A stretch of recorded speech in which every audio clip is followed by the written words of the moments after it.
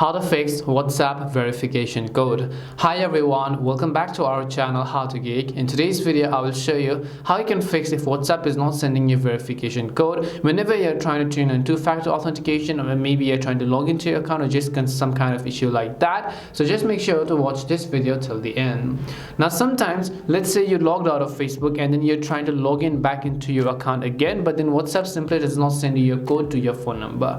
There are a couple of reasons why this could happen. The very first thing you want to make sure is that you have not turned on do not disturb mode. So just like I have turned on, because I'm actually recording this video, you simply want to make sure to turn off your do not disturb. If you do not find it here, you can also search for it in your settings, and because this feature is actually device specific, you can simply try to use the search box in order to locate the do not disturb or the focus mode on your phone.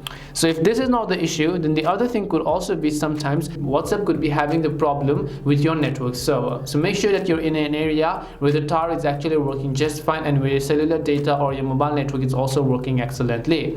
And after that, what you can try to do is, first of all, if it's not sending a code, do not try to send code from the same tab over and over again. Instead, what you can try to do is to long press on the WhatsApp button, tap on the I button over here, and then scroll down, go to storage, clear cache, and if possible also clear data. But keep in mind that if you have not backed up your chats, and then if you clear your data, you'll not be able to restore them later on, so you have to keep that in mind. And after you open WhatsApp again, try to do the thing that you were trying to do earlier, and this time most likely it is going to work. Sometimes when you do not have the verification code, you can also have the option to actually call you to confirm the changes. So you can go ahead and then simply call them in order to go ahead and reflect the changes accordingly.